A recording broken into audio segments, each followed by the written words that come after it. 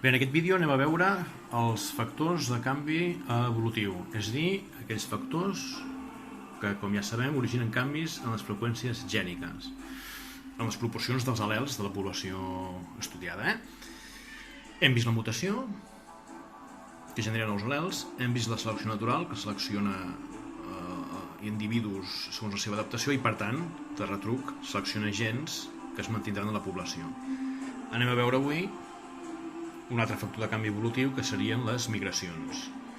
És molt senzillet, senzillament és tenir present que tenim, per exemple, dues poblacions que viuen en llocs separats, però totes pertanyen a la mateixa espècie, i alguns, per exemple, individus d'aquesta població decideixen emprendre una migració i se'n van cap a allò on està aquesta població d'aquí.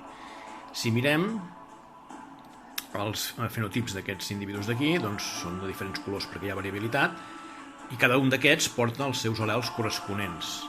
Si féssim les freqüències gèniques tindríem unes freqüències determinades dels al·lels verds, verd clar o verd més fosc. En aquesta població d'aquí exactament igual.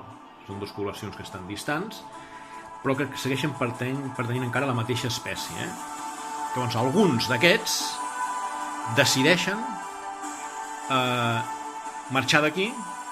Les causes poden ser molt variades i, per exemple, anem a suposar que són aquests d'aquí que decideixen marxar cap aquí. D'acord? Aquests d'aquí, òbviament, seguiran reproduint-se, però les proporcions gèniques dels al·lels en aquesta població han canviat. I, naturalment, les proporcions gèniques d'aquesta població també han canviat. D'acord? Aquests individus que han migrat es barrejaran amb aquests individus d'aquí, tots faran una sola població i es reproduiran entre ells. Això originarà que aquests es reproduiran amb aquests, aquests es reproduiran amb aquests, aquests es reproduiran amb aquests, aquests es reproduiran entre ells, i les proporcions gèniques finals variaran. Això és un factor de canvi evolutiu, perquè les proporcions gèniques han variat, a partir d'aquí hi ha nous al·lels en aquesta població, ha augmentat la seva variabilitat i la selecció natural podrà actuar quan correspongui. Això és extrapolable a les migracions humanes. Els humans estem fent això. Hi ha humans que surten d'un lloc, se'n van a un altre i es barregen amb la població. Això augmenta la variabilitat de la població final i canvia les seves freqüències gèniques.